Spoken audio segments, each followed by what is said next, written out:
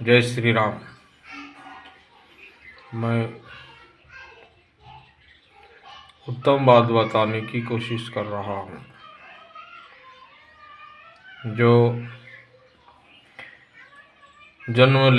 लेने से पूर्व इस मस्तिष्क में छपे जाने वाली बात है, वह है माँ के गर्भ की यात्रा। मातृगर्भ में 7, 8 और 9 ये 3 महीने ऐसे होते हैं कि माँ के साथ कैसा व्यवहार हो रहा है, माँ अपना मस्तिष्क कैसा चला रही है,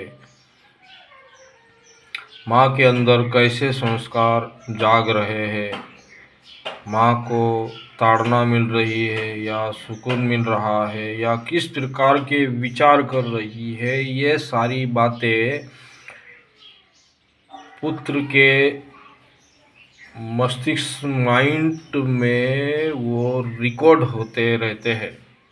जैसे उसको क्या बोलते हैं, झेरॉक्स मशीन कैसे कागज़ को झेरॉक्स करती है, इसी प्रकार मस्तिष्क उसको झेरॉक्स करता है और वह लेकर वो प्रकृति में जन्मता है। म्हणजे माता के विचार ही इसके मस्तिष्क में होते हैं और जन्मते ही फिर माँ शब्द पहले बोलता है, माँ के बाद ही पिता होता है। फिर पिता उसे संस्कार दे या ना दे, ये कोरी किताब इस जग को पढ़ ही लेती है। मुझे देखो, मैंने सब कुछ किया, स्कूल गया, ये गया वो गया, पिता के संस्कार मुझे मिले नहीं। पिता बहुत कठोर थे, बहुत मारते पीटते थे, माता को भी मारते पीटते थे। देखिए, अधिक मारना पीटना बच्चों को अच्छा नहीं होता है, वो बुज़दिल पैदा होता है, वो डरपोक हो जाता है, वो शेर नहीं बन सकता। क्योंकि शेर होता है वो पर उसे दबाया जाता है। बच्चों को अधिक मारना पीटना नहीं चाहिए। जितना टेढ़ा हो उतना ही सीधा करो ना। लोहा अगर टेढ़ा है तो उसे ठोककर थोड़ा ही, जहाँ तक सीधा हो सके उतना ही मारो। उससे और ज़्यादा मारोगे तो वो ऐसा टेढ़ा हो जाएगा। इसलिए जितनी गलती है उतना ही दंड दो तो वो ठीक रहता है। मैं तो पिता के ताड़न के कारण जग भटक गया, किंतु माता के संस्कार ने मुझे मेरे स्टार जगा दिए और मुझे जीना सिखा दिया। आज मुझे कोई महाराज कहता है तो कोई शिवानंद कहता है, कोई सेवा सिंह कहता है, और मैं उच्च कोटि के विचारों से ही जीता हूँ।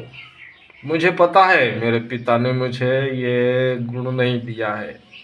माँ के गर्भ में ही ये टेप हुए टेप रिकॉर्ड चल रहा है इस दुनिया में।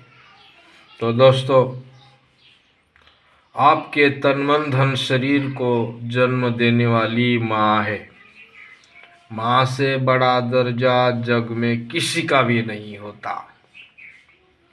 वो फिर माँ अब आपके साथ कैसा भी व्यवहार करती हो, किंतु माँ तो माँ होती है। ये जग प्रकृति देवी है। माँ के बाद ये जग ने हमें गोद लिया है।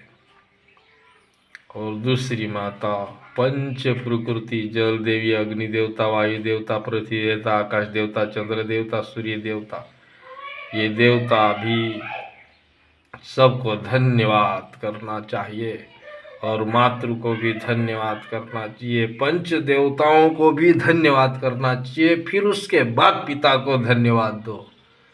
पिता का अधिकार मानता है वो कर्म क्षेत्र में उत्तम है, मैं बच्चों को पालता हूँ, लेकिन ये पंच प्रकृति उसे साथ देती है, इसे पाल, तब वो पिता पालता है। किसी की औकात नहीं यहाँ जग में भाग्य लेकर आता है। और भाग्य को रचने वाली प्रकृति माँ का माइंड है। ये तेरे पास दिया हुआ जो है ना, वो प्रकृति माँ का है। तुझे इन पंच तत्व को, जल देवता, अग्नि देवता, वायु देवता, चंद्र देवता, आकाश देवता, सूर्य देवता, इन देवताओं को धन्यवाद करना चाहिए। माता को धन्यवाद करना चाहिए, फिर पिता को धन्यवाद कीजिए। धन्य है वो जिनके गुणों से आप जी रहे हो।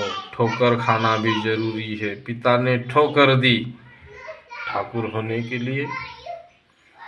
मैं आज इतना खुशनसीब हूँ उन्हीं ठोकरों के कारण, जो मैं उच्च कोटि का जीवन जी रहा हूँ। कितना फकीर हूँ और कितना फकीर था, किंतु इस फकीरी में कितना उच्च कोटि का जीवन जी रहा हूँ, ये मूल्य रखता है। तो दोस्तों, उच्च कोटि का जीवन जीने के लिए माता उच्च कोटि की चाहिए, तो ही उच्च जीवन होता है। इसी से पता चल जाता है कि माता का चरित्र कैसा होगा। आप अपना चरित्र दिखा रहे हो तो वो माता का ही चरित्र होता है। पिता का कुछ रोल नहीं, वो तो कमा के ला के ही देता है। संस्कार को तो माँ ही बनाती है। तो माता को धन्यवाद। जय सिया राम। मेरे विचार कैसे लगे होंगे? उत्तम हो तो मेरे वीडियो को लाइक कीजिएगा। जय श्री राम।